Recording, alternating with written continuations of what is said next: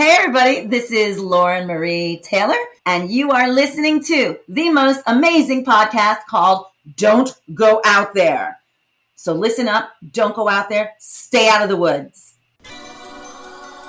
In a world where zombies, ghosts, serial killers, and vampires all exist, it's Nico, Brian, Mike, and Dustin, and they are all that stand between you and the films that could end the world.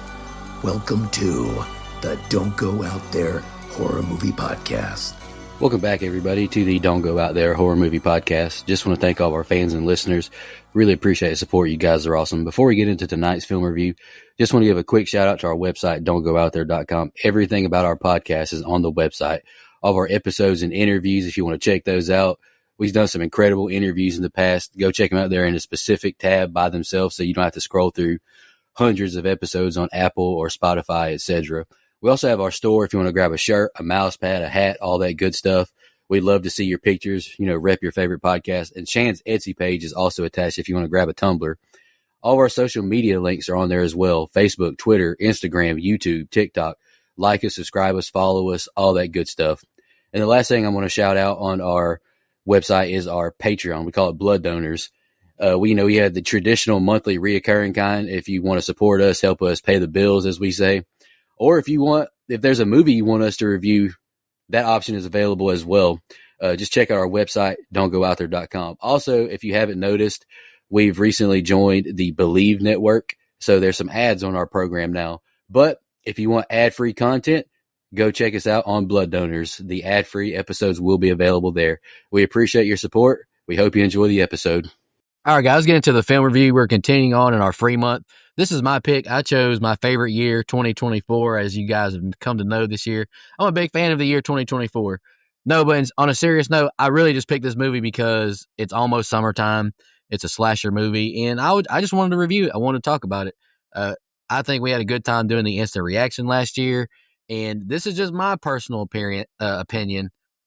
I grew to like the movie more on this watch. I thought it was a lot better. I still have big qualms, big issues with it, but I enjoyed the movie a lot more this time. Brian, what'd you think? Yeah, I don't remember what I said in the instant reaction, so if I contradict myself or say the same thing, I'm either the same person or I'm a different person, respectively. But I saw this in the theater, and I actually was very excited for it because the concept is kind of like the Friday the 13th video game, and I love that game, as I said on the show plenty of times. So, yeah, I was very excited to see this in action. I'm very glad it was tried, but I don't know, the result felt problematic after I'd say an hour or so into the movie. I think the movie could have been like 30 minutes shorter, and I think it would have helped it out a ton for me. And I'm doing scene by scene, so let me say here too that I think they should have just gone all in on the first person POV and not switched from that. I don't know, not a bad movie though, and that would have been something I would have liked to have at least seen if it would work or not. I respect the shit out of Shudder for trying to what I've always wanted someone to try in this genre. And again, the first half hour to me is chef's kiss, but it really starts to kind of drag after that for me. Now, its rewatchability, I can't say. I was kind of in the middle with that one. I wasn't really sure because at first I was like, this is not going to be super high rewatchability, but I did like it better the second time because I knew what to expect, I guess what I was trying to say. But it's worth seeing to me, and I think it's going to get a respectable score. I'll take it. Yep. That was a mild alliteration, respectful of Shudder. Like, that was impressive. It was. So I think I made my feelings known. I mean, it was in my top 10 movies of last year. I really liked the film. I actually probably like the concept of the movie being made more than the actual movie itself. There's a lot of good stuff here, though. I mean, great kill. Everything you want out of a good slasher. It has great kills. I think the killer looks good. I know that's kind of a hot take of mine, actually, but I actually like the look of Johnny. Yeah, strength for me, and I talk about it throughout my notes. I like, and maybe Dustin, he agrees with me. Maybe I can't remember exactly how he meant this, but I like that the characters are not memorable in any way. To me, that helps the movie because I don't have to care about their story because the movie doesn't care about their backstory. We're kind of like peeping in on the story instead of having to know it and follow it and care about these characters. We only care about Johnny from his POV. Now, I saw someone say this on X, and they're absolutely correct when we get to it. I have it in mind here as well. This movie is very Leslie Vernon to me, and not in the spoofy way. I just mean in the way we get about an hour in, or an hour in this movie, an hour and more in, and then we flip it. We flip it to a different POV. And I'm not going to spoil the ending because we're going to get there, but I don't understand that decision. It ends really flat. So, same way I feel about Leslie Vernon is the same way I feel about this movie. I really like it up until a point, and then I don't like it anymore. And it's for the exact same reason. So I will say, love the way it's shot. I understand the complaint about all the walking, but at the end of the day, when you're doing it from a killer's POV, what else does a slasher killer do all day when he's hiding out in the woods waiting for people? I walk by. So again, could that have been cut? Yes.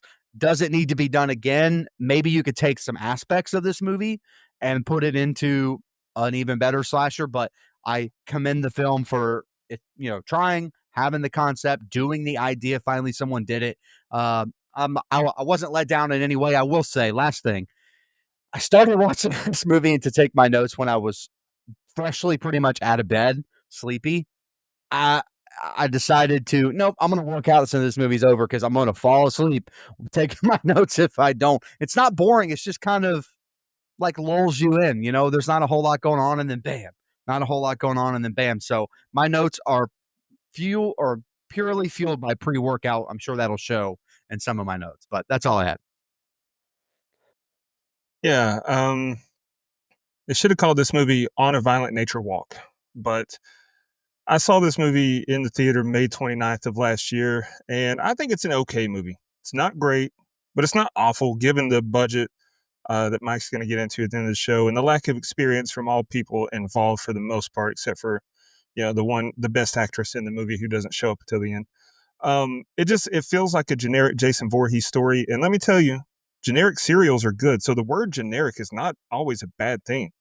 There's some good kills and gore in this movie, but there's plenty of issues that I'll get into. I think it's an okay movie. Yeah. I'm with you on that. Can I ask you guys before we get into it, would it have made it better for y'all if it was a Jason Voorhees movie? If old dude was Tommy Jarvis, the cop was Tommy Jarvis, and he was Jason Voorhees? It would have attached me to it more, but I don't know if it would have made it a better movie. Like I may have enjoyed it slightly more because of the characters, but I don't know if it makes it a better film per se. I would have been more excited to go see it in a theater, but given the end product, I think I'd still feel. Actually, I think it would hurt it because I would have walked away being like, "What? That movie sucked for Jason Voorhees." But considering this isn't Friday the 13th related, I think I liked it a little bit more because it's just like, they're trying. But with Jason Voorhees, you better do more than try. No Johnny last name fan here, or Johnny no last name, just Johnny the killer. I'm more of a fan of Johnny Nitro. What about it, Nico? Hell yeah, brother. No, I agree with Mike. I think I'd have more attachment to the film for sure. The character, because I don't know Johnny until now. I've known Jason since I was a little kid, so that would be a cool aspect of it. But I would still agree with Dustin that I would have issues though. You aren't familiar with Johnny. Remember, Johnny's daddy was taking him fishing when he was 8 years old. Hey, a monthly singing appearance, baby. Big country music fan over That's there. Right. At least it's not around the campfire. All right. I like singing around a campfire. Fuck you. Well, no. All right, so let's jump into it. You guys have anything else? Nope. Negatory. All right. We open up in a first-person POV and 4x3 resolution because, hey, why not, apparently? There's no real reason, but hey, less trees on the edges, I guess. But we hear friends Chris, Colt, Troy, Evan, Aaron. You know what? It doesn't fucking matter who they are. But they discover this locket hanging on the remains of an old water tower, and we hear a story about White Pines Massacre. Troy pockets the locket, and this triggers some sounds that sound like I imagine Mike's stomach sounding. And then we see the reverse ending of Jason Goes to Hell as my guy Johnny, an undead corpse, emerges from the ground inside what appears to be a makeshift shelter of some kind. We get what can only be described as a Stanley Kubrick wet dream because Exhibit pimped this movie. Shudder put nature shots on top of your nature shots, baby. And after some light walking, he comes across a dead fox trapped in a trap and spots a trail cam and hears some horn honking in the distance. Hearing the nearby argument between two men, one of whom set the traps that killed the fox. And I wanted to fucking kill whoever was honking that horn, just by the way. Johnny follows the dude into his, I don't even want to call it a house. It was some dwelling of some sort. But he sees a locket that triggers a memory of his dad giving him the locket that was stolen earlier in the movie. The, quote, homeowner returns, but still thinking it was the cop he was talking to earlier, shoots the wall for some reason. And as he's reloading, Johnny walks around the corner and he misfires again. He somehow gets away and takes off into the woods with Johnny walking behind. In the woods, the number one motherfucker, according to his hat, gets his legs stuck in his own bear trap, poetically, and is killed off screen. We return to the number one motherfucker's house and see Johnny reaching for that locket only to find that it was not the locket he was looking for. Our guy Johnny is locked the fuck in now and walks back to the number one motherfucker's body and then some. It's night now, and we're still fucking walking, but we finally hear a group of people in a car drive by yelling and acting high on the marijuanas. Marijuanas. Starting off with a fun fact from the Internet Movie Database. Hope I don't steal anybody's, but I'm sure one of us had this down. Chris Nash has said he chose to shoot the film in Academy ratio because that's how I watched all the slashers as a kid on VHS. That's the slasher aspect ratio. Brian, he just spoke on it now, but he also said during our reaction that he didn't care for it, which I understand, but I do appreciate the director's choice, having some nostalgia for it. Like, I get both point of views. But I do have to agree with a qualm Dustin had from the reaction as well. How in the hell is this necklace just hanging on the pipe? To me, that's just an easy fix.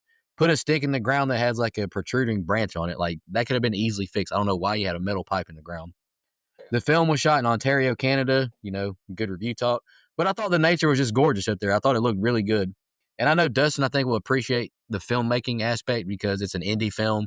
And they went through hell. If you listen to like interviews or like the Dead Meat Kill Count, this movie I think they redid up to 70% of the movie, which they shot like 2 or 3 years beforehand. So it was a nightmare. First shots of following Johnny walking violently through nature, which I think is a very interesting concept. Hopefully in the sequel, some of the criticisms will be acknowledged and make it even better. Like, I don't have a problem if they go from POV Johnny to other people, but I don't know. They need to balance it better and just do some things and fine tune it. And like you mentioned, Brian, there are way too many instances of car horns honking in this movie. On this rewatch, it drove me damn nuts. I was like, man, shut the hell up with all these car horns. Chuck and the Ranger, they must be yelling because how is it this loud from where Johnny is? That's another thing to me that you can fine tune in the sequel. Like, I don't think Johnny should be able to understand everything that they're saying perfectly clear considering how far he was. And I admit that is a nitpick, but it is something I thought of. And I think me and Brian were kind of on the same page in this opening. I never want to be disrespectful, but Chuck's house or whatever you called it, that thing has seen better days. That thing looks awful inside and out. An obvious homage to Jason Voorhees bringing the mother into the lore of Johnny. And what the hell did Chuck shoot in his house, and how did Johnny get the gun that easily? Why did you shoot, man? You didn't see anything. And also, Chuck, shut the hell up running away. You're snitching on yourself. What are you doing, man? His hat, number one motherfucker, I thought was hilarious. But nothing worse that could happen right now than getting caught in a bear trap. That's a bad day at the office, boys. This would have been ridiculous, and I would have hated it if they'd done it in the movie, but I would have laughed my ass off if Johnny put Chuck's hat on, number one motherfucker. That'd have been funny. I hope the sequel explores what Johnny is. I'm assuming supernatural. I did, some minor research on it that confirmed it. But bro is doing a lot of walking with no food or water breaks and hold his breath forever swimming. He's invincible, seemingly. I would like to explore, like, his origin a little bit. Overall, I thought it was an interesting open, and I'm invested in the movie. Go ahead, Mike. Sounds like a deadite to me. I just No, want it's to not make a sure. deadite. They're not yapping all the Sure time. sounds like a deadite to me. Deadites yap all the time, Brian. Come on. Anyway, enough of that. I just want to make sure that I'm aware of exactly what you two both said. You both, wealthy people, criticize another man's home. I just want to keep that in the forefront so everybody remembers. Hold on. normally I would agree with what you're saying there, but rich, poor, doesn't matter. You can tidy up a little bit. Oh, but buddy, I have a line about it, I promise. I ain't even talking about the Listen- plywood on the windows and like how No. bad the place looked. I'm talking about how Yeah. trashy it was. It looked like an Clean episode the of Hoarders. clean up your fucking. And listen, mess. I've dined with kings and queens, but I've also had pork and beans. So I slept in alleys and dined on pork and beans. Oh, superstar. Oh, sorry. Anyway, great promo. Out of my dusty road voice, baby. So we open up this movie with like basically behind the scenes of how how the sausage is made. So it's not full on Leslie Vernon, right? It's not played for laughs, but like again, he's under the ground, the tube. Somehow he's awoken up out of however many years of slumber there.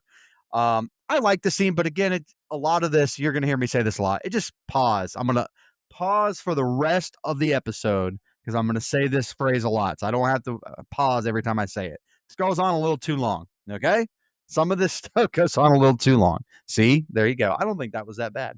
I will say this, Johnny, or this version of Johnny here is a spirit animal to Sackhead Jason. So I'm automatically in because that's the best Jason that there is in the fucking first place.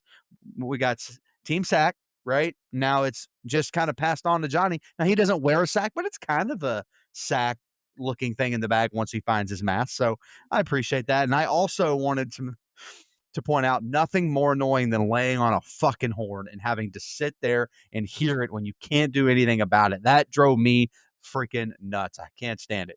I will say, I understand what you guys were saying, but the reason the way they shot this movie is interesting to me is because of what this cop and this other guy, Chuck here, are talking about. We're normally supposed to be paying attention. We're supposed to be in to that story. For any other slasher movie, we'd be buying into this B horror movie plot that we're setting up to meet the killer at the end, but we're seeing it from a different perspective. And I really enjoyed that. It was very different because, like I mentioned in my open, I don't have to care about what these two are saying because it really doesn't matter to the movie that we're watching from this POV. I would be interested if there was a cut of this movie where it's the story and lore that's going on around Johnny. So just kind of the same film, but flipped another way. I hope they don't do that, but it'd be an interesting thing to do. This cop wasn't wrong though. Dude needs to clean up his fucking house. There is no excuse, literally zero excuse to be this fucking messy with your stuff. Just grab a trash can, brother. Grab a trash can. It's not that hard. I will say, beautiful shot of the trees. You're going to hear that a lot too. I know this is a little bit too nature-esque, but, especially for Brian, I'm sure he was about to have a heart attack, but the nature that they do show is beautiful. And I'd like to go camping there because I ain't afraid of no man named Johnny, not me. Again, we get a kill, but I'm not a huge fan of having a movie that's from the killer's point of view and not showing the kill. That doesn't make any fucking sense to me. That's a nip. I actually don't think that's a nitpick. I think that's a major qualm. If you're going to have a movie from his perspective, show all the kills, get really in there, make it gory, make it gruesome. I know the budget was low. We're going to talk about that, but you could still show if you can show the one kill later in the movie, you can show every kill. Last thing I will say, it was nice to finally see a car of teenagers go by. I know how that sounds out of context, but that's the way a good slasher movie was intended to be. So we're about to get some on-screen victims that I don't give a fuck about, and I love that about slashers. Yeah, I want to, Nico, you mentioned the reshoot. They reshot like 70% of it. I know part of that was because the original Johnny got sick or something, and they had to. They thought they could just plug in another guy, but the nuanced way of which he carried himself, they had to reshoot all that. But another reason was because Chris Nash wanted it to be accurate to the wilderness that he grew up around. So they had to move like far north Canada, and they reshot it all because he said the trees and stuff just didn't look right from what he envisioned. That's commitment. That's crazy. I wonder how much of the budget he ate up with that. But anyway, first off, shout out to the aspect ratio. I agree with you, Nico. It just feels right. It just feels right. It's that slasher aspect ratio. Also, I love the sound of the open. We hear footsteps in the woods before we see anything. It's great at setting the scene and the tone because that's what this movie is, nature and the sound of footsteps. Kind of a silly premise to me that the necklace awakens him. Like I think I mentioned on the instant reaction. I don't remember what I said, but like I don't. It's kind of silly how it was hanging on that pole, but it's also silly like how it's enchanted and it keeps him in the ground or it lets him roam. I don't. It's never explained. I don't get it. Um, Also, I do like how it's shot with Johnny crawling out of the hole. It's very deliberate, and even though we're looking right at him when he gets out, he's out of focus, and we don't get a good look at what he looks like. It's very effective to me. And then we get our nature walk, the first one. I don't hate it, but I don't love it. It just goes on and on and on. We do get some great nature shots, though, which, like we've already said, I know Brian loved. Big knock, though. How did the two guys talking at the house, how did they not see him walking up or hear his footsteps? Because he walks heavy. I just don't buy that at all, given the angle of which he approaches and how close he got to them. There's no shot. This guy's house is disgusting. I'm not saying he deserved to die, but clean up once in a while. Maybe he'd still be alive. I also like that when he shoots or the guy returns and he cocks his gun and shoots, like we think for a second he's shooting at Johnny, but we find out it's not. I agree, Nico. Like we don't see what it is. I do think there's something there, maybe a rat or something, because his house is disgusting. But I thought that was well done. But why would he run into the woods when he's running from Johnny? Like he did deserve to step in that bear trap. Because the more logical thing to do would be run. There's a road that goes in front of your house. If you feel like I got to get out of here, I got to find help, run towards, where the people are, which is more likely to be the road than the woods. Especially since you're the one that put that bear trap there, idiot.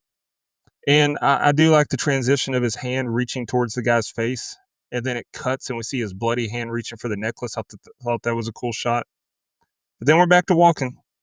At least we get a brief look at his carnage with the guy's dead body there in the background. I think it's an okay open, all things considered. Yeah, I agree with you, Dustin, especially his loud ass footsteps. But Nico, you're absolutely right. I thought about that too. Like, it bothers me because there's no in movie explanation about how we can hear conversations we should have no business hearing Yeah. all throughout.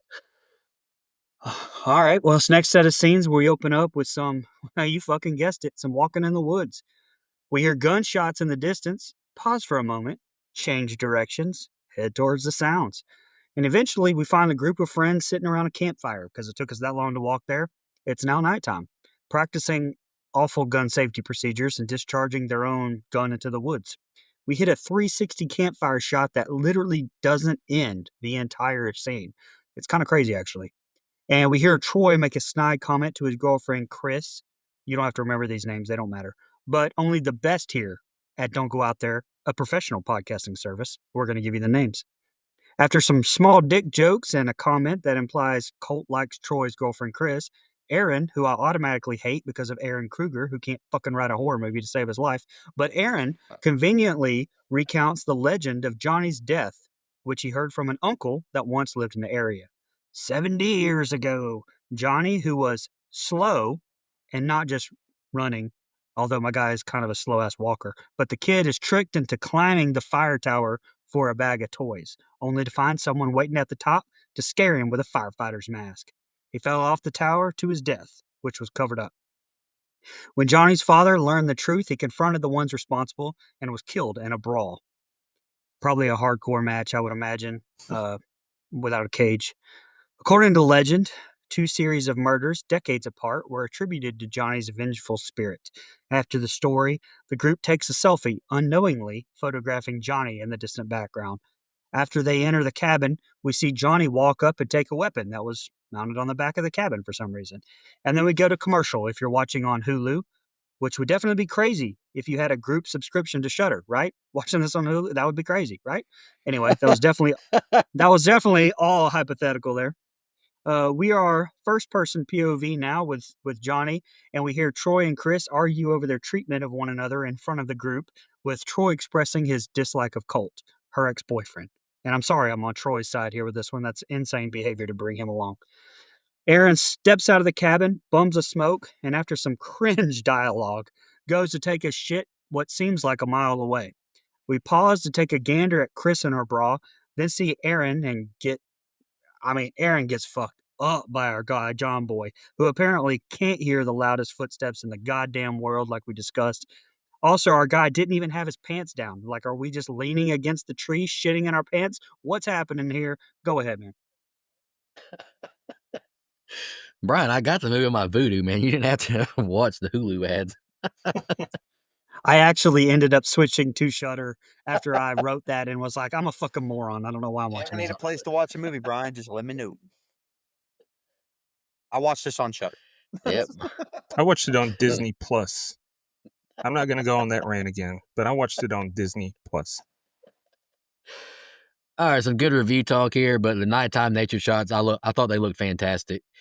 And Mike, I understand where you're coming from, what you said earlier, but to me, this is where a slasher can be made or broke. The cast of teens, kids we follow, this group isn't the best, and are all kind of annoying and forgettable. I get we're exploring Johnny, but the kids, if they could have been at least likable somewhat, would have made the movie a lot better to me. My girl telling everyone my dick's little isn't cool at all, but my last name is Chen, so I guess that could be assumed. I love the camera circling the group around the fire as they all converse. I thought that was a great shot. Johnny had issues as a child, another Jason nod, in my opinion. And I know the story time around the fire is Friday the 13th-esque as well, but it doesn't hit the same without the flashbacks to like a younger Johnny, cutting amongst the storytelling. Like, in the Friday the 13th movie, we see flashbacks of Jason in the previous movies. Like, this storytelling just didn't hit to me. And the guy telling the story, like his voice, like, I don't know, this is a weird nitpick, but like his storytelling voice wasn't very captivating either. It just bothered me. I laughed at the dark humor joke. I won't go into it, but it was about an uncle. I'm just going to leave it at that. I love the shot with Johnny in the background over the guy bent over to take the picture. I thought that was a great shot as well. I know it's believable ribbing from Aaron's friends joking about going to meet the gas station girls, but like you mentioned, Brian, I thought the dialogue was cringy and annoying. The chance of fill me up, Aaron, it got old really, really quick to me. No clue how Chris didn't see Johnny outside the window. He was right there where the light could shine on him. Is this girl legally blind? I cannot see. Last thing I got, Mike, Johnny's back to business with another good kill. Splitting Bro's head was gnarly.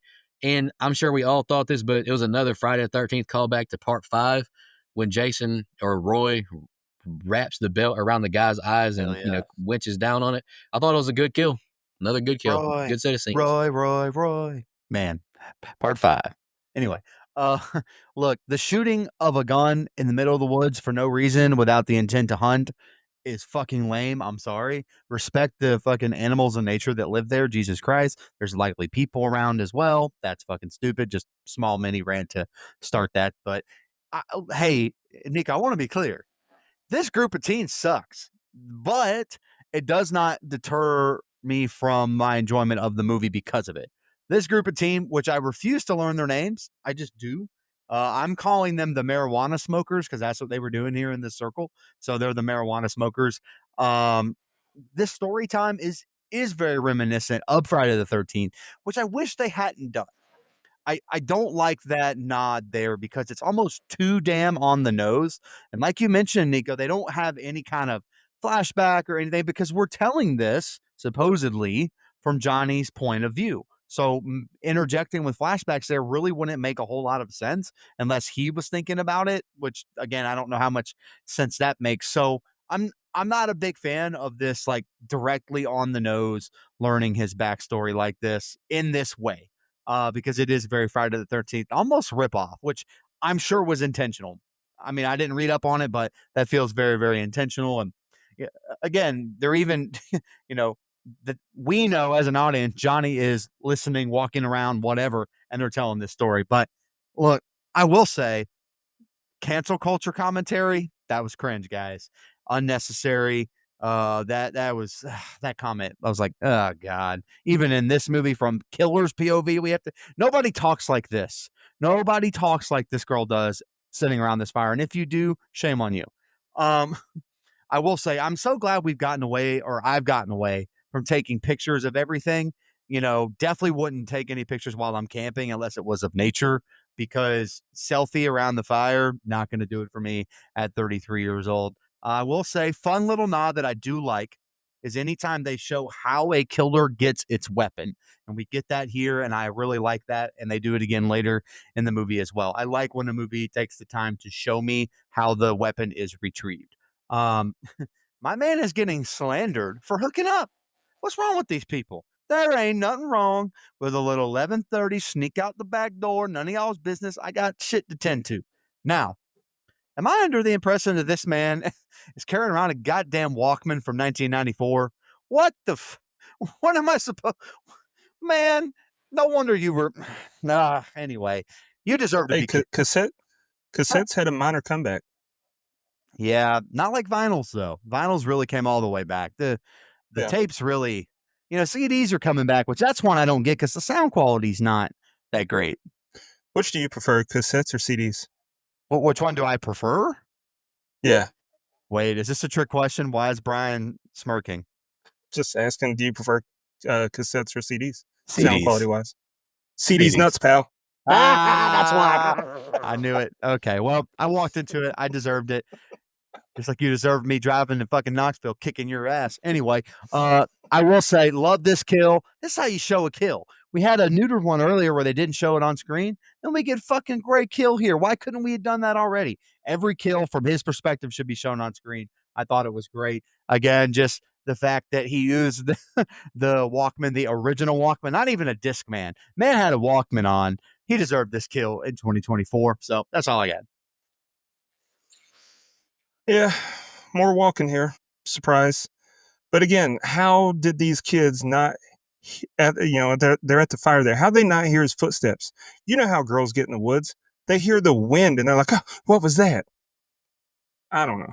But these kids, woof, the acting and dialogue are both just awful. The Dakota Johnson Award this week goes to all of them, just all of them collectively.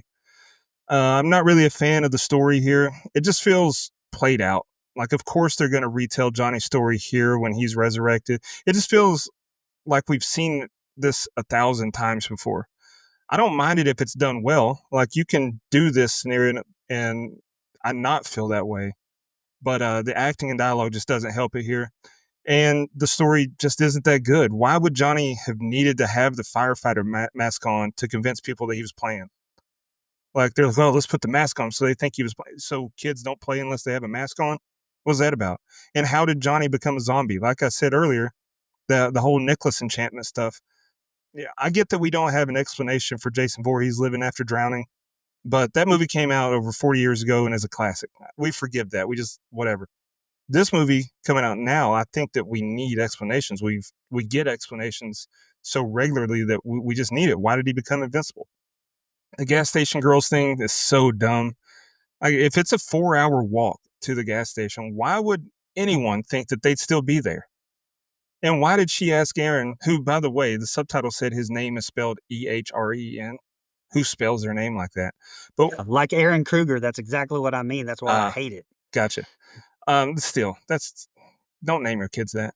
But why did she ask him why he was sneaking out the back door? He just walked out a door that you clearly also walked out because you're sitting right next to it. Like, why would she assume that he's sneaking out? That's just bad all around. Then old girl took her shirt off and looked out the window where Johnny was standing in clear view and didn't see him. Okay. At least we get a cool kill to end the set of scenes, and the effects on it look pretty good. Yeah, and we did get an explanation on how Jason survived drowning in Friday the 13th Part 9. He's a deadite. All right, so let's head on to the next set of scenes here. Well, we open up over a body of Aaron, E-H-R-A-N, as Dustin mentioned, and we see Johnny touch the logos of the Ranger on his shirt, giving him some memory or an idea. Either way, we don't see it, but regardless, we are now following Johnny, dragging Aaron's body for fucking hours through the woods in a never-ending cassette, apparently, because it's playing the entire time. Of course, we don't know. He could stop and rewind it. I don't know. I'll give him a little bit of credit. But we finally reach a ranger station and see Johnny use the body to break in and load up on some weapons, some hooks, and an antique firefighter mask while looking at a picture of the Rangers, not the Texas ones. Our man Johnny emerges from the cabin with his new mask and weapons, and we're off to Mordor on foot. That's a Lord of the Rings reference. After some more light walking through the lovely woods, it's now the next day, and Johnny comes across Aurora and Brody on the lake dock. We hear Brody express some need to get Aurora wet, and I don't mean just swimming. and we see Johnny enter the water himself. Aurora tells her to make a move, and when she does, tells her to take it easy, Tiger, and that she's off to do some yoga, to quote, stretch herself out, and when she's done, she can come stretch her out some more. God damn, she is horny. As Brody swims and deals with her blue balls, we see her pulled below the surface and drowned, as we see her body float up shortly after, as Johnny emerges from the lake to head off to the yoga studio on the side of the cliff for Aurora. After a little more walking through the woods, Johnny finds her and proceeds to execute one of, if not the best kills in movie history. Even if Aurora shows her negative survival skills to the fullest, she is punched through her body and then has her head pulled back through her torso with a chain. A kill that I will still say looked better in the dark to kind of maybe hide some of those special effects imperfections. But that is in the set of scenes. What you think? Yeah, I like that we see our slasher carrying the body away, similar to like Jason in Friday the 13th, 2009, one of Brian's personal favorites. I've never really criticized it in previous reviews, but the early Fridays with the bodies just hung up or nailed to something, that was really convenient. So I like that we showed Johnny carrying the body away. Johnny must be one of them corn-fed boys, though. Carried Aaron's body with one hand across the woods. Jesus, man. That boy did not skip any kind of leg day or arm day. Using the head to break the windows was a nice touch. I've always loved when Jason did that, using bodies to break windows. And using Aaron's body to break the display box to get the old firefighter mask was awesome as well. I think the mask looks good as well. I agree with you, Mike. I think the look is great. It's haunting and would definitely scare me if I saw it in the wild. As Johnny walks, you hear his footsteps, birds, the sound of the water. I like that. I love a good horror movie score, but I think they can be distracting and overused at times. Director Chris Nash stated he wanted the film to be a blank canvas and to be as stark and objective as possible. He didn't want to influence the audience by any type of music. And I remember way back when in the Descent, whenever I remember criticizing there being music in the caves and like that wouldn't happen. Like I appreciated this realism. Beautiful shot of the lake and dock as Johnny swims over to Brody with Aurora walking away. And I know we had kind of criticized this POV from the slasher throughout the film. Chris Nash and the team actually tried to put a camera under the water with Johnny to record it all the way over, but needless to say, did not work worth a damn. So I guess walking away from the POV shot the entire time was probably the right move. I complained in the reaction of not liking this kill, but I'm pulling a mic and changing my mind. I do appreciate the minimal struggle seen on screen, her body floating up and Johnny exiting the water. Just messing with you, Mike. Don't hate me. And now we make it to the scene, the kill of the year, the yoga death. Like you mentioned, Brian, Aurora, she's super frustrating. She pisses down her leg. Moment gets way too big. She had the chance to run away, move lateral, side to side, something, but she just stood there and took it. That was really frustrating. But I think Dustin saw this movie early access as well, but seeing this in a packed theater, it was awesome. And this kill got a huge pop out of the crowd. You know, I usually get ticked off with the hooting and hollering, but this kill deserved it, and it was just incredible to see with a packed group of people. Yeah, man. As soon as the set of scene starts, it's you and me go walking in the dark, and they did, boy. they fucking golly, he carried that body forever. And I am normally not nitpicky about this stuff, so I want to be very clear. You go back and listen to episodes. I'm pretty consistent. Small complaint here: bad effects on the body, bad effects carrying the body. Because it looks like he's carrying a really light dummy, and it was very noticeable. Like it looked like it weighed about 10 pounds. So again, a budget issue, I guess, but you can weigh those things down. Like you don't have to have them weigh styrofoam levels of weight. But small, something minor, but it was noticeable. So I had to bring it up. Look, I like, again, explaining how a slasher villain gets its mask, its kill, or its weapons. I like all this. And so walking up on a wall of old firefighter stuff, again, I really like the explanations that we get there. And I love the look of this mask. I already mentioned it, where it seems to be a hot take on the internet after reading some stuff about this movie. I think the look of Johnny, once he gets the mask, is great, personally. And again, Halloween shows how Michael gets his mask and his weapon for the most part. Friday the 13th does it. Freddy, you get a little bit of backstory on how he gets his glove. Like, there is that story there. So that was interesting. I did enjoy that. I will say, yeah, apparently Johnny's Michael Phelps though, because I know he's invincible, but like that's true. I guess with the hindsight of him being invincible, he can swim forever. But man, uh, this man was under the water forever waiting on this shit. A fish can't even hold its breath that goddamn long. It can, but anyway, I wish. Hey man, my biggest complaint of the whole movie is not giving us the scene I wanted between these two. What do you mean? What? What do you mean? I'm gonna let the listeners use their imagination on that. That's all I have to say about that. I don't. You said it. What? Hey, man. All I'm saying is it could have been a great scene between these two, but we didn't get that. We got a kill instead that we really didn't see again. Anyway, lesson learned though. Sorry, my notes are all jacked up here, but listen, this girl that died in the water should have followed her little crush there to yoga because you never know when it could be your last time. Because boy, howdy, this kill fucking rocks, man. This kill is so good. It's so good and done so well to me that it makes up for a lot of the shit that don't get right in this movie because it's so memorable, it's done so well, and it makes you uncomfortable watching it because they make you see the whole thing. And head's not supposed to go there. That it is unreal. Like you have this idea a lot of the time that the big three, our logo, are killing for fun. Johnny doesn't look like he's killing for fun, man. Johnny looks like he's out to fucking really hurt people, and he does with this kill. The initial hook through the stomach stuff was bad enough. Pulling the head all the way through, just incredible. Great way to close the scene with bravo on the way the effects looked. I think the kill was executed perfectly. The slow motion hand going towards Aaron's body was just way too dramatic. Like it was so dumb. And then we're back to walking, except this time it's different. He's dragging a body. Then the effects on the kill initially looked good, but yeah, when he starts dragging that body, the body looks awful. And then when he tossed the top half of his head, it looked so bad. Like it was so clearly fake. They should have hidden it better with shadows. Like if we could still see the top half of his head, but it's hidden in shadows, I think it would look so much better. The movie slows down a lot here. We spent way too much time in this ranger station. Just grab the mask and the weapons and go, bro.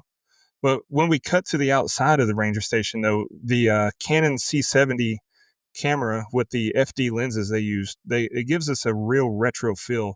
It looks like 35 millimeter film, and it's a great throwback to slashers of old, especially paired with the nature sounds and the lack of a score. I love that. Like that was an incredible bit of filmmaking there. Hats off. But what would a throwback slasher film be without a swimming in the lake scene? But again, I'm not buying that they didn't see him walk into the water from their peripherals. Like from his point of view, it looked like it would have been in plain sight for them. So again, I didn't like it. I have mixed feelings on the swimming girl's death. Like I like that we stay on the other side of the lake for most of the scene. It's just a unique perspective from what we usually see. And it shows like how small we all are in the grand scheme of things. Like that happened, but look how massive and vast the wilderness is around her, and it's like it's nothing. But anyway, Yoga Girl, she had barely walked off. You're telling me she didn't hear her friend scream twice? Nah, I don't like that. When he walked out of the water with that mask on, I know it was a fireman's mask, but given the water setting, he looked like Man Ray from SpongeBob, and it made me laugh. I'm sorry. I don't mind the mask though. Like I know that's a hot take, but I think it's fine. Like whatever, it's just a mask, and it makes sense for the surroundings. But that scene made me laugh. But when we get, then we get the kill of all kills. But before I get to that, again, I have to point out how heavy those steps are. Yep. Now she at least acknowledges it, like she talks and she thinks it's her friend, but unless her friend has put on some weight since last time she saw her, no, that's very clearly some very heavy footsteps. The kill itself, though, absolutely brutal. It definitely annoyed me how she just let it happen, though. Yeah. Like she just accepted that she was going to die. She could have ran in, to her left or her right, or tried to slide down that cliff, because it looks like she could have done that and lived. But I will say, pulling a girl's head through her torso, that's a kill we've never seen before. And I have to give props for that creativity and the effects on it given the budget. So not a bad way to end the set of scenes. Yeah, for sure. And I'm glad you touched on that because I opened up this set of scenes saying that we open with the ramifications of that last kill as Johnny just tosses her body down the cliff that we see was not that steep and could have clearly been navigated by someone maybe running from a masked maniac who walks. But here we are. We were then treated as an audience to some more nature walking. Like, 2 straight minutes of nature walking. And we see he's back at the other side of the lake where we retrieve his weapon, and my man stops walking more than Lou Temple drinks water. Spoiler alert, it just doesn't happen. But we eventually come across Troy, Colt, Chris, and Evan already arguing about whether their friends are actually missing or just absent of their own accord, not Honda. Troy makes a very rational decision as a response to Colt wanting to go to the police and tosses the car keys into the woods, far enough that they almost hit Johnny, and yet so far that they can't see him just walking or hear him. Fucking Bo Jackson cannon over here. Johnny picks up the keys and finally takes a seat by a tree. He takes the mask off and plays with a replica of the Ghostbusters car on a keychain, and we finally see that beautiful mug of his as we hear arguing in the background from Chris and Troy, where we hear that they saw Johnny in the photo. Colt discovers Johnny's axe as we hear an ATV start up, and Colt drives off to the ranger station with Chris on the ATV, leaving Troy. Seemingly triggered by hearing Troy's mention of Colt's dead father, Johnny is locked the fuck in. He triggers the horn with a perfectly cut stick and heads around the cabin where he grabs his axe and attacks Troy, stabbing him in the leg. Aaron shoots Johnny and knocks him down, and the two take off. We see an overhead shot of Johnny sit up, Undertaker style, and throw an axe probably 30 yards, where he hits Aaron in the head as he approaches Troy crawling down the path. Johnny picks up a rock and smashes Troy's head in one of the best fucking head smashes I've ever seen. Johnny remembers seeing Troy the night before at the campfire putting the locket in his pants. But as he is reaching in his pocket to no prevail, we hear Chris and Colt pull back up, having found Aaron's body at the park ranger station. Johnny is up and spots the necklace on Chris's neck. And Colt and Chris take off after we get some James Blackman axe toss from Johnny, and that means he basically didn't hit the mark. Well, since they took off on an ATV and our guy isn't Michael Myers, we aren't fucking driving. We are hoofing it with the J-Man. We finally reach the ranger station, and we hear the ranger explaining to the two teens that the locket that he sees on Chris is what keeps Johnny's soul at rest, and they spot Johnny approaching him. The ranger asks Johnny if he remembers him from 10 years ago and momentarily subdues him with a gunshot. We learn that Tommy Jarvis here is the ranger who stopped him before and sends Colt for some more chains.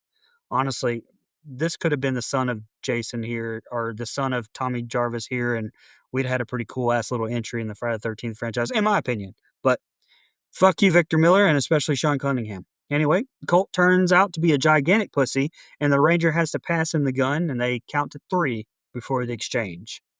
I got a chuckle with Aurora's body only making it like halfway down the hill. And, the director and the team, like they left it in just because they thought that was funny that the body didn't make it down. So I appreciate the humor.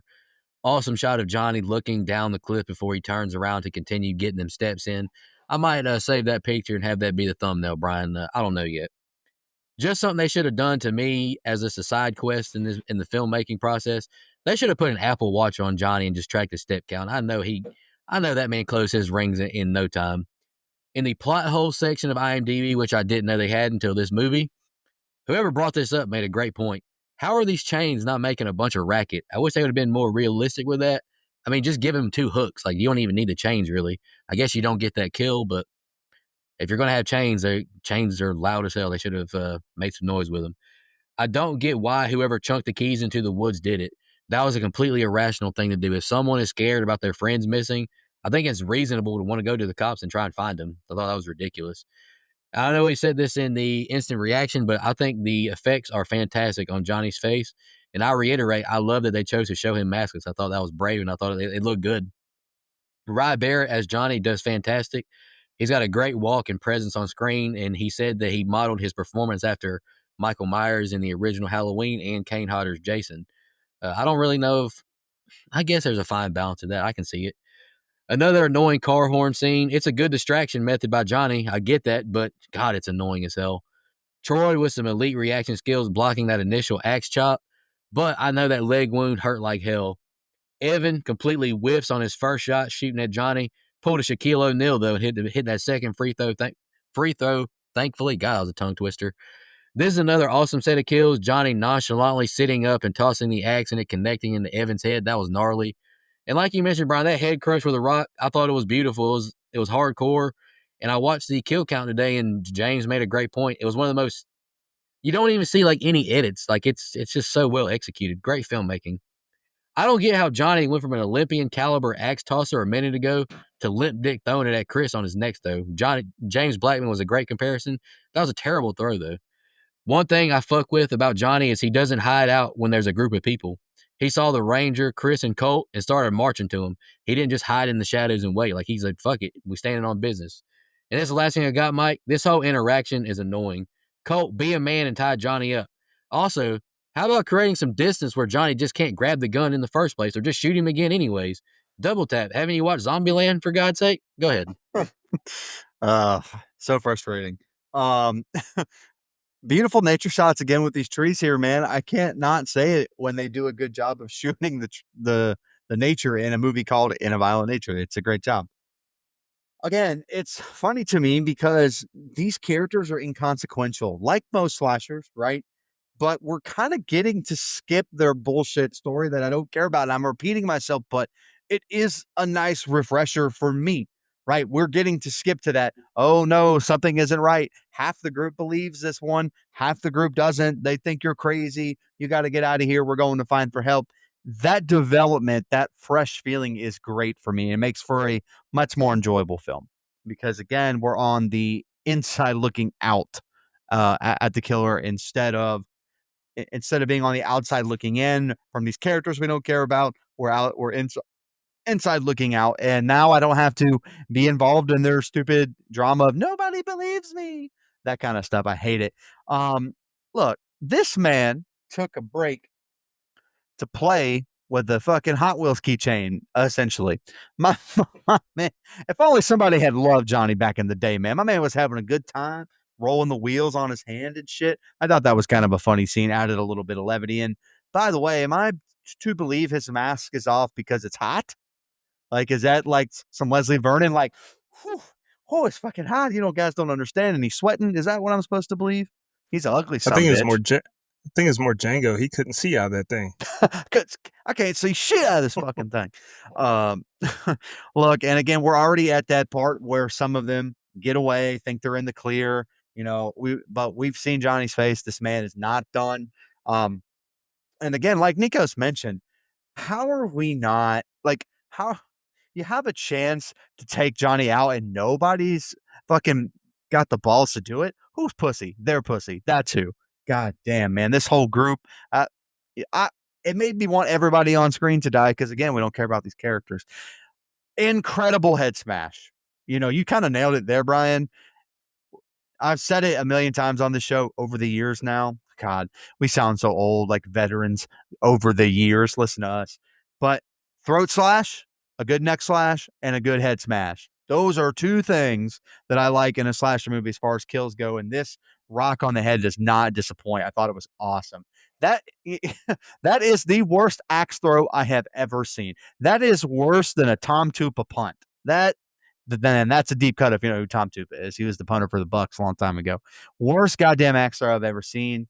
There's a bar in every downtown, somewhat decent sized city where you could take him to practice axe throwing and you'd be fine. Like, come on, man. We got to do a little bit better than this. Again, last thing, we have normally we're privy to a lot of the story going on. And I hear you guys when you say, hey, this is conversation that we maybe shouldn't get to hear, but I mean, we got to have something. Isn't it better than having him just walk around the woods in silence? Maybe, maybe not. I don't know. That's just me. But to me, it's like we're busy doing something and Johnny has the movie of these people on in the background. And so I really like the perspective as it, those little times where they do that. I like the POV killer perspective that we get. But I thought this was probably maybe my least favorite set of scenes outside of the end. So I guess my second least favorite set of scenes, because again, I kind of feel like as good as some of that perspective stuff is, frustrating character moments, which is why I wish we knew the characters even less than we already do. You see how easily her body slid down that cliff? She could have lived. She just didn't want to, which, hey, trust me, I get it. I do, believe me. But my next 3 bullet points here. Bullet point 1, we get more walking. Bullet point 2, and more walking. Bullet point 3, and then some more walking, but from a different perspective. Good God, man. The keys getting thrown again, no. Like, they're too close. They would have seen Johnny in the woods there. And then we do see Johnny, like, we actually see what he looks like. What a gross-looking fella. Pretty good work on the makeup. Decent tensions as the one guy was walking. And again, you guys have said it. I didn't, and I texted y'all when I was doing my notes, I'm not committing to learning these kids' names because, no. But the one guy was walking towards Johnny behind the tree. Like, I thought he was going to keep walking and walk into his own demise. But he finds the hatchet instead and walks off, giving us another instance of there's no shot that they didn't see Johnny. Like, those other kids drove right by him. He's a big guy. I do like how Johnny lured the guy out, put the lumber on the horn, and then circled the house so that he would be behind him when he came out. That was brilliant. I really like that. The next bit is very conflicting to me, though. I love the overhead perspective we get, but there's absolutely no way he threw that hatchet far enough and hard enough to stick in Buddy's head and kill him. No shot. But back to positives. The overhead shot works best here when he smashes the guy's head with a rock. Like, holy cannoli, practical effects. Looked great, and it was an awesome kill. Then, when the other kids pull back up, how did they not see Johnny? To say that they have zero awareness would be giving them too much credit. And it's followed by, you guessed it, more walking. Pretty bad dialogue when Johnny walks up to the kids and the ranger at the station there. I'm not a fan of that scene at all. But overall, it's just more mixed bag in this set of scenes. All right, 2 more sets of scenes. Here we go. The gun exchange after the count of 3 went about as well as expected, and Johnny grabs the gun as pussy-faced Colt and Chris take a gas can and some rope, a la Friday the 13th video game. If you know, you know. And we see Jarmy Tarvis have his spine snapped by Johnny. But that isn't enough. No. He's still alive. So our guy goes to the shed and cranks up a log splitter. He returns to Ranger Rick and drags him into the shed where Johnny practices on a log just to make sure all the proper maintenance has been done on the machine and all is working well before placing our guy's arm onto the machine, slicing it clear off, as our vegetable ranger can only observe. Johnny doesn't do us a solid and move the camera, though, first, so we see him bend over in front of the camera and then place his neck into the machine next, as we see his head lopped clear off. Straining a bit because it's no log before finally cutting through. Johnny is super nice and returns the blade back to its resting position, but doesn't turn the machine off before heads out. We are now back in the woods for maybe 6 seconds, and we've already come across the duo. We hear Colt yell out to Johnny to come get them, and hey, conveniently, that's what he's doing anyway. So Johnny's like, hell yeah, I'm going to come get you, and heads that way.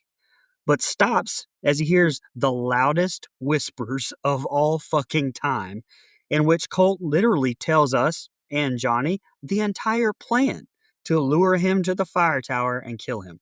Well, Johnny fucking doesn't want it that, does he? Nay, he does not. That doesn't fit into his plans to go for a walk later and enjoy nature. So we go ahead and we just kill Colt with a few axe blows to the dome there. And by a few, I mean more than 50 and say less than 1,000. We see a pretty shell-shocked Chris leave Johnny's locket hanging on a gas canister and take the fuck off. After watching, I'd say the first, I don't know, few hundred hacks. I hope he finds it and he doesn't relentlessly pursue you. I mean, maybe say, hey, here's your locket and leave, but, hopefully he finds it there. We're now following Chris running through the woods for literally the next 5 straight real-time minutes of film. But she must be going in circles because we can literally still hear Johnny hacking away on Colt. Or maybe she's imagining it. I hope so because that actually makes more sense. But she eventually falls and a blunt stick, not a sharp stick, goes all the way through her ankle. Like we're talking full penetration here, a gigantic hole in her ankle. But Chris says, fuck this, I'm good, and makes her way another minute and a half of real time walking. But hours in movie time, judging by the change in daylight. And the next set of scenes is the ending. Yeah, it's this set of scenes where I start getting a lot more critical and it starts to lose me. But the park ranger getting paralyzed, that's tough. That's a horrible experience, and I hate that for him. Upon this rewatch, I haven't had many pacing issues. I know that's probably a hot take with the walking stuff, but this park ranger log splitting scene is one of them. There's no reason for it to go on this long. Dragging him in with the chains is fine, but there's no need to split the log, then cut his arm off, then his head. That's just too much. The audience knows what a log splitter is capable of to a human body. Like, we don't need to see all this. We spent over 6 minutes from Johnny paralyzing the ranger to killing him. That's just way too long on one kill. Like, that's Terrifier stuff. Like, come on. I know we spoke on this in the reaction as well, but what was the point of Colt yelling out to Johnny with basically no plan? These two are idiots and the loudest whisperers ever. Again, why would he yell out to Johnny with them having no established plan? What were they doing for the 6 minutes he spent on the ranger? Like, Jesus Christ. Johnny hacked at Colt's head and body 91 times, I counted, before Chris took off running based on chops I could hear or that I could see or hear. That's ridiculous. The initial 6 to his head against a tree were sufficient. Another instance of a scene that could have been cut much shorter. As she runs, you can hear more hacking, which I didn't count, to Colt, and the woods are loud as hell. I get animals get active at night, but Jesus, is it really that loud, or is she panicking and all of this is in her mind? And of course, Chris gets hurt running. I could understand it and be more forgiving if I cared for her character, but she's just there. Like, we don't know much about her. She's just there. Yeah, this is definitely where you can start cutting off 15, 20 minutes of the movie. And like you mentioned, Brian, maybe 30 with Lauren's long spiel at the end. Go ahead, Mike. Yeah, I didn't have a whole lot of notes on these next 2 sets of scenes, which I know I tend to ramble, so I'm sure everyone's happy, but not, initially look, this may be the most mixed group of kills I've ever seen. This stuff with the ranger, sad, yeah, but like, show the stuff, show what's happening. It is from his perspective. I mean, good Lord. And again, I understand that we kind of get some stuff here where he is going to, cut them apart piece by piece with a log cutter. But again, not something I want to be in the room for, but at least they showed something here. Again, just not a big, I don't know, for a movie that should be about the kills, it's not about the kills, minus the yoga kill, of course. Again, the head being cut off would normally be really loud. We would have a dramatic score playing in the back. And I like the decision to just have that engine playing and not be able to hear it.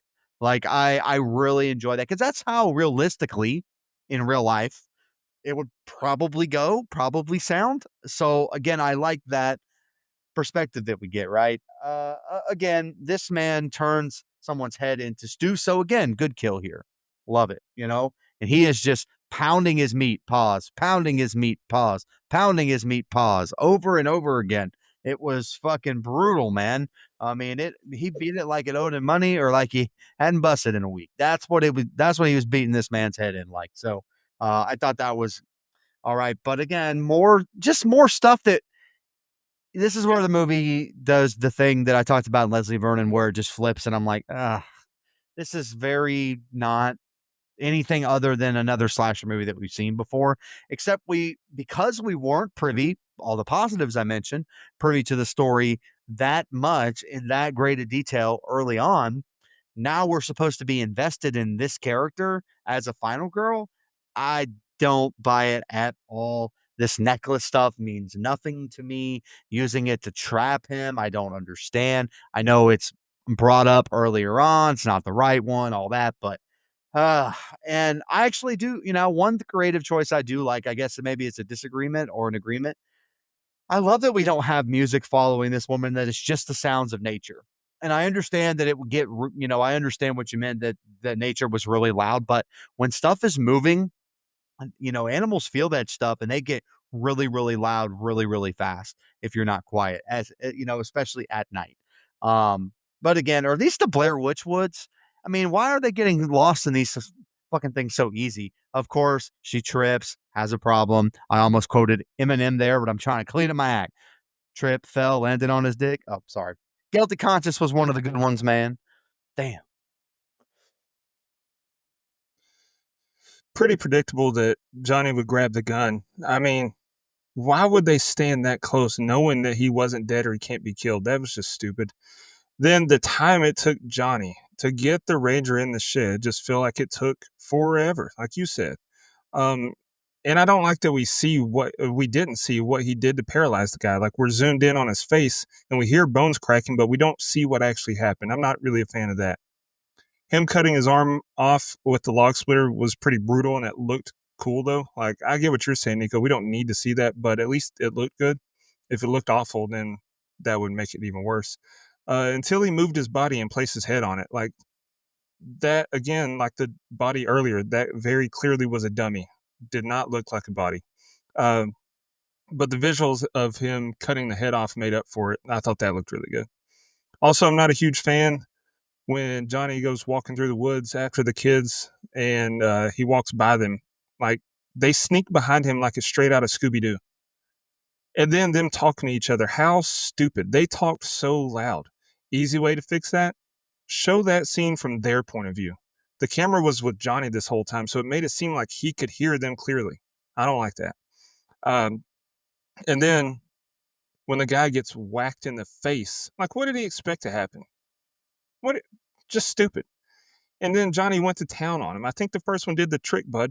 Like, it was excessive, went on way too long. Then, I know I mentioned this in the instant reaction, and Nico and Mike, you talked on it as well, but the sound design when she's running through the woods, like, I've spent a lot of time in the woods of East Tennessee. I've never heard it be that loud. That was insane. And the dumb girl just kept running in circles. This went on way too long as well. I kept waiting for her to get got, and for some reason she doesn't. Instead, she gets a stick through her leg and no explanation of how that happened. Not likely at all. I'm ready for the end. All right, and just a heads up, Nico, I don't have much here. We and Chris reach a nearby road where friend of the show, Lauren Marie Taylor, listened to her interview, don'tgoouthere.com, shows up in a pickup truck and offers to drive her to a hospital. In an attempt to reassure Chris, the woman recounts how her brother, a game warden, survived a bear mauling in the same woods decades prior. The woman notices that Chris's leg has worsened and stops the truck, insisting that she put a tourniquet around her injured leg. Why? I mean, she's been walking for hours with fucking a gigantic hole, all the way through her leg. But why do that now? Anyway, terrified, Chris begs her to keep driving and peers into the woods, waiting for something to appear. Elsewhere, we see the left-behind gas canister is missing Johnny's locket. And I mean, good for him. He found it. Go ahead. Chris makes it to the road, somehow overcame her idiocy and her giant ankle wound. Good for her. Like, give me a break though, right? We now meet two-time friend of the show, Lauren Marie Taylor. Like Brian mentioned, check out both of her interviews on don'tgoouthere.com. The second interview of which she speaks specifically to this film, and shout out to her. We really appreciate her coming on the show and talking about this movie. Lauren is awesome, so we really appreciate her time. If I were Chris, I'd be very sketched out hearing her say she's seen worse come out of those woods, even with the brother bear mauling story. On my first watch, definitely thought when she pulled over, Johnny was about to make another appearance. And this is just what I'm going to say for this ending. On your first initial watch, this stuff is probably okay. But once you know nothing happens, it just feels like complete waste of time. And why didn't Chris just answer when Lauren was asking her to respond? Like, as soon as she pulls over and like tries to put a tourniquet on it, She immediately starts talking. She wouldn't have pulled over if you just replied, nitwit. 1:16:20 is when Chris yells for help, seeing the truck, to 1:27:13 with Lauren pulling over. This movie didn't need 10 minutes of yapping about a story that doesn't add to the story. I'm happy that Lauren got her moment on screen. I thought she did a fine job. And like she mentioned in her interview, it's a lot of dialogue, but I think she did a good job. But we didn't need it. Decent tension as Chris looks into the woods in fear of Johnny possibly appearing again. Some beautiful nature shots as the film ends, but the only payoff was seeing the locket gone from the gas can. So where did Johnny go? Back into the dirt, or is he still getting them steps in, closing them apple rings? I don't know. And I thought the song playing with the credits was abysmal. My God, it was terrible. But overall, I thought the movie was a lot better on this rewatch than the first time. Again, just to reiterate, beautiful nature shot of the back road with the trees, a place I would definitely want to go hang out, camp for the weekend. Not with Johnny, maybe the other side of the woods or something. But but to relax, absolutely. Set up a hammock, man, have a little fire going, probably play my guitar, annoy the people that don't like that. You know the vibes. Look, man, this movie does a switcheroo that I hate. And I hate when movies do this. I talked about it with the Rise of Leslie Vernon. We've switched from basically Johnny's point of view to, I'm sorry, what was her name? Like, not to be a dick, but like, I didn't take the time to learn it because up to this point we didn't need to, right?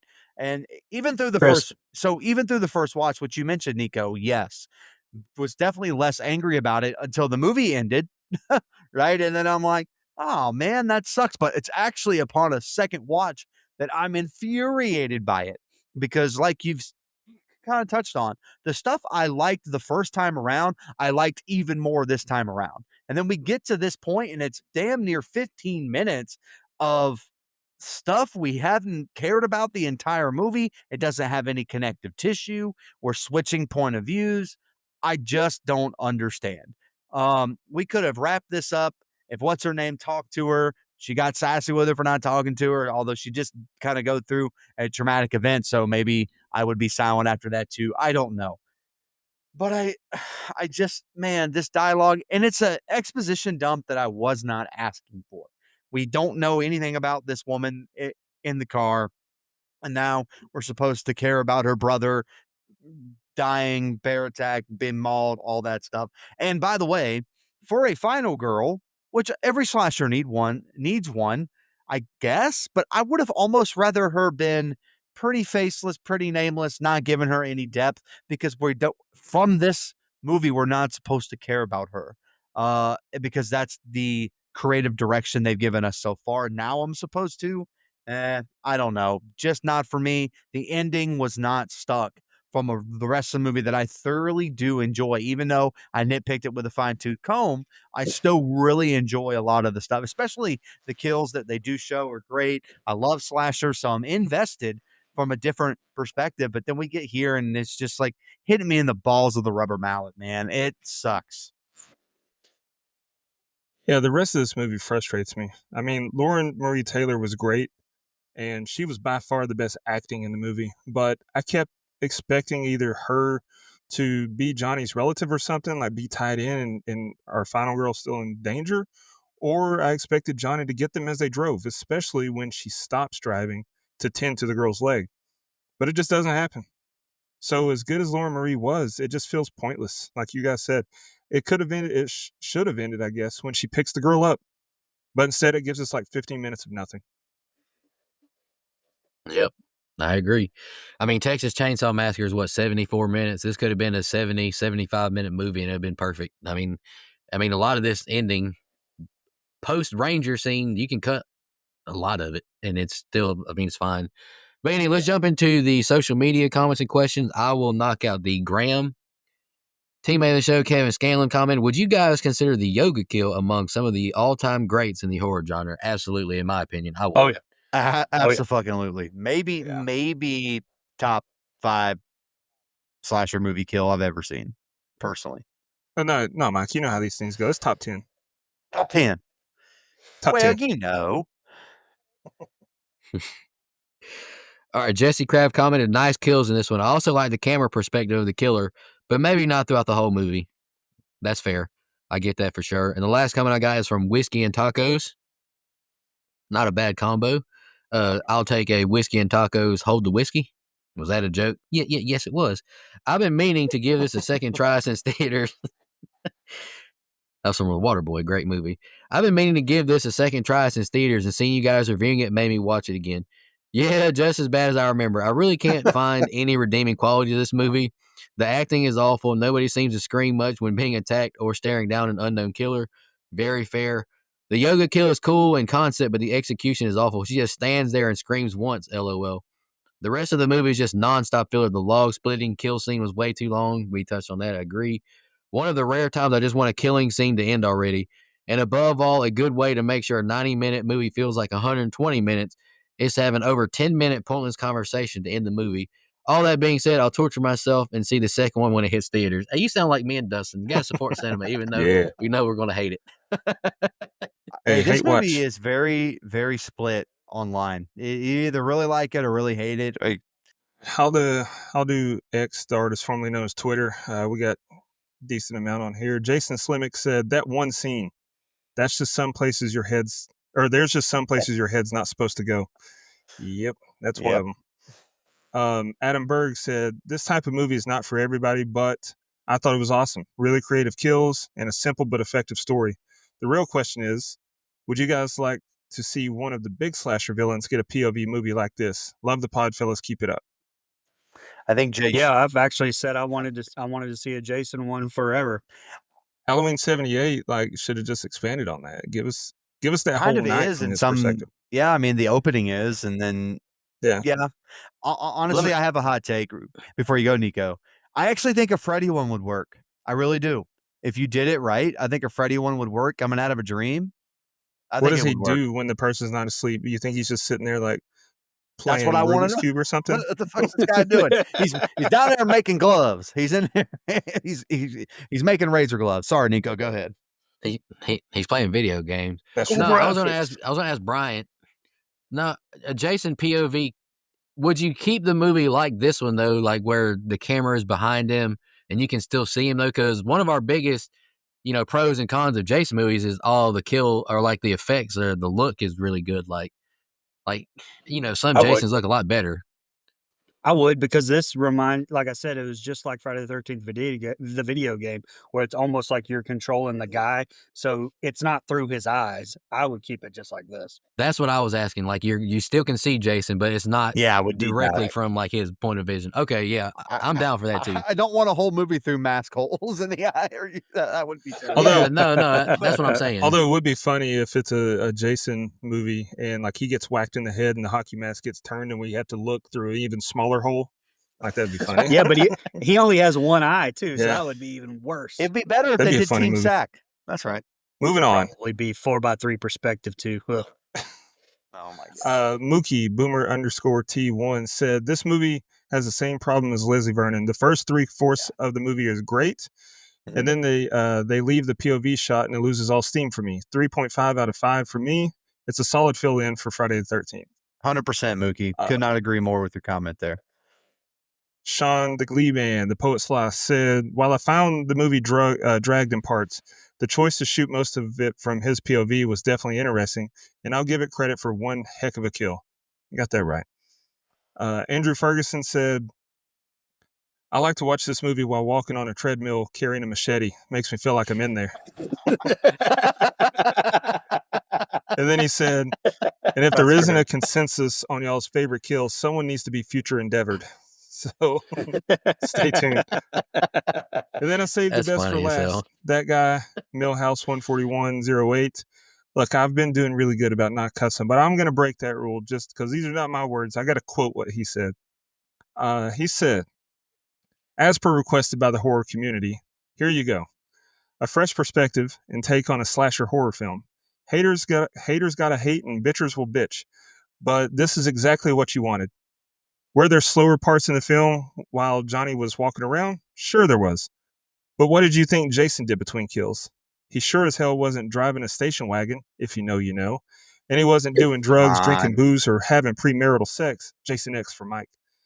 That's Hell what the yeah. audience wanted to see for entertainment. Brutality, booze, kids getting ripped on moon cabbage, and catching a glimpse of some bodacious chesticles. Now we get to see the slasher at work. Now we all know the Yoga Kill gets all the love for its creativity and gore. This film had some really good kills. I hope in this review you dive into the how they did it for the rock smash kill and the log splitter kill, both of which the camera doesn't seem to ever cut. So this is a great film. Or so is this a great film? No. The acting is horrendous. The sound editing was suspect, and it has little to no storyline. However, it provided us something we all wanted, an unusual and familiar viewpoint of a slasher horror. Leave it to Nico to help us heal from Mike's last movie choice by picking this. Looking forward to the review and hearing everyone's thoughts. 6.5 out of 10 for taking a risk on its creative filmmaking. So, Sorry we didn't go into that. I tried. I know that Chris Nash did an interview. There's like a 13-minute long video on YouTube where he talks about the behind the scenes stuff, but I couldn't find anything. I just skimmed it. I should have watched the whole thing, but I couldn't find anything specifically about those two kills other than they were practical effects. Go ahead. I watched it. I watched a video as well on like behind the scenes of it. I mean, not to just skimp on the question, but I mean, it was just a dummy head for like the head smashing scene. It was just a dummy head. Like they showed it. I mean, it looks great. I mean, no offense. It's just nothing to deep dive into. Well, that. I think he's it was talking a dummy about head, and I think maybe he's talking about how smooth it looked because you can't tell. oh, it looked. You can't Oh, it tell looks- when they swapped out the real body for the dummy because it does seem to be one shot. So, But like you mentioned, the log splitting one did kind of look bad though. Like you could tell that was a dummy. but even then, that was his real head because his eye, like it looked real until the log splitter cut his head. So I think that was his real head poking up through there. So just the seamlessness of how they swapped it out without cutting, that is impressive. Here's a fun Did it fact not- though: that Yoga Kill took over 6 months to direct. They did that throughout the year, and they even filmed some of it at like the producer. I think it was the producer's house. I don't want to misquote it, but I didn't write it all down. I just watched some videos, but it took months to record that. Did nobody else notice on the leg or on the leg chopping one kill that what I said in the scene by scene where he just kind of, it looks like he leaves the camera behind and then walks in front of the camera and like bends over and like the camera doesn't follow him. Maybe that's where they cut. I don't know, but that Yeah, would stand that's out fair. and weird to me. I'm gonna pop the Blu-ray in and see if there's any more behind the scenes because on YouTube it really was kind of limited to behind the scenes stuff. And god dang, Brian, you would have hated one of these behind the scene videos I watched. It took like 2.5 minutes to even get going. Like it was just a camera in the woods and then that ATV pulled up. Like that was behind the scenes. It was like, bro, this is 2.5 minutes of this Yeah, I shit. started to watch that and around the 2 minutes into it, I was like, no, not doing it. I can't. Hey, sidebar. I fucking hate watching YouTube videos that have like these extravagant intros Oh, I do of like too. based on whatever they're like. Just dive I'm into not the even going to go fucking into the show. names, but it just fucking drives me crazy. I have to skip 10 every few seconds. All right, let's get into Facebook, the Book of Faces. Cheyenne Turner. I absolutely love this movie until the final girl gets into the truck. The only time I have watched it all the way through was in the theaters.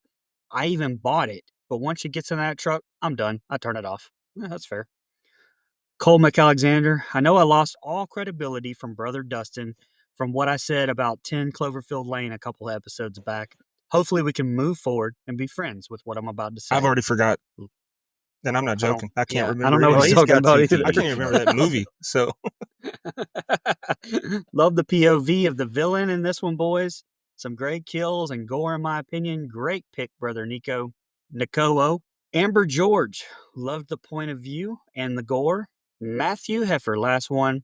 This film slipped by me when it came out, but when I did watch it, I was amazed at what a new direction in horror this was, and how come nobody thought about this idea earlier. A simple story, okay acting, nice runtime, and gore, gore, gore. This idea would have made an amazing Friday the 13th film. Cosign. A film shown from Jason's perspective would be awesome. What a missed opportunity. Keep up the great work. Best wishes from the UK. I will. British Bulldog. I Go will British Bulldog. tell you, and maybe Brian, you know this. Have you ever read the book? Maybe not, but have you ever read the book about the making of Freddy versus Jason and how it finally got made? Okay, same people that wrote Taking I've Shape read and Taking scripts, Shape but 2. I haven't. Okay, so one of those scripts that got failed in there before it became Freddy versus Jason, so just a Friday the 13th movie, was from Jason's perspective. It never got past initial script phase, but that would have been like 95, maybe 96 in that time frame. Was Wow. one of the ideas that was shot down very quickly before they picked up another Freddy versus Jason script, threw it in the garbage. They just kept doing it over and over again. Anyway, you know, we mentioned the budget a bunch. I could never find any official numbers. I found a bunch of different information. So God damn it, Mike. well, some people say it's 500,000, but that was, I guess, the initial budget. There's been, yeah, that's what one number said, but I found some other sources that said because of some reshoots and a little bit of other stuff, paying some actors, paying some this and that.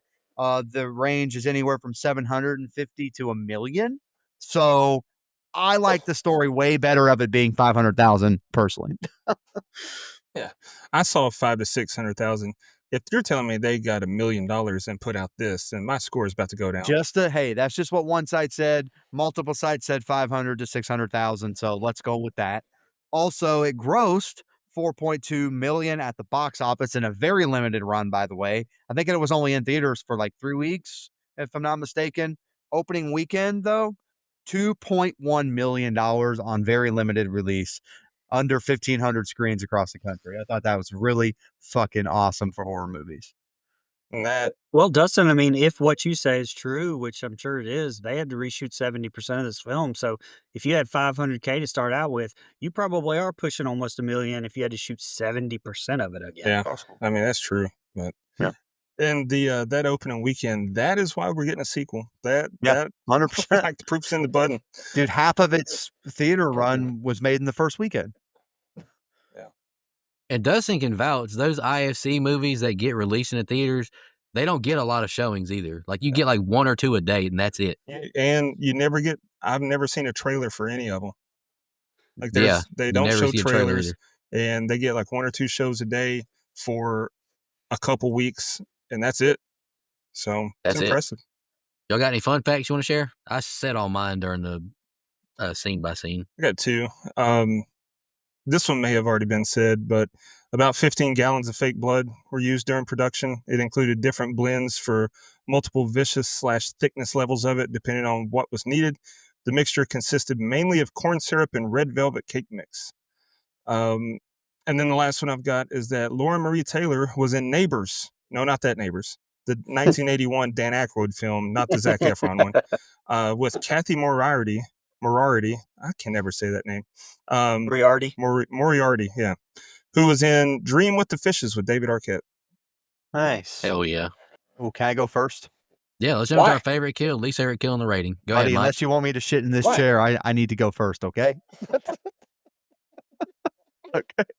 My favorite kill, pretty obvious, I think. The yoga kill. Man, I'd be surprised if it wasn't one of our favorites. If it's not, that's fine. But I mean, that's one of my favorite slasher movie kills of all time. My least favorite is a lot of them, honestly. For a movie that had great kills, also had some freaking duds that they don't show. I think the first guy with the shitty house. I mean, they don't show it. That's an example there. I've kind of given my really deep thoughts off the top here. Very fun idea in theory, almost executed about how I would want. There's some nitpicks that I, kind of, fine tooth throughout the review here. I do think that, good kills. The pacing didn't bother me, honestly. It probably bothered me less than it bothered most people. Just the walking around really never got to me. What actually bothered me more was the last 15 minutes or so, because we're supposed to care about a final girl that we don't care about. We get a 10-minute car scene that came out of nowhere where all they do is talk. Just totally different than the rest of the movie. Tonal shift. Did not stick that landing for me, but was still one of my favorite movies of last year because of all the things it gets right. I gave this movie an 8.5. Ooh, I liked what I all liked, right. buddy. I'll go with my least favorite kill first. It's Hatchet Boy, like the one that caught the hatchet with the back of his head. There's no way. There's no way. Favorite kill. Go ahead, future endeavor me. I'll go with the guy who was hacked 4,294 times. I don't think he got enough hacks in, to be honest. I'm just kidding. It's the yoga kill. That kill was awesome. I remember in the theater, like the guy next to me, just his audible reaction was awesome. But Yeah, that was awesome. yeah.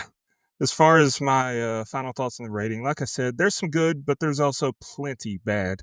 A lot of what I liked was the camera work, the lack of score, and the feel of the movie.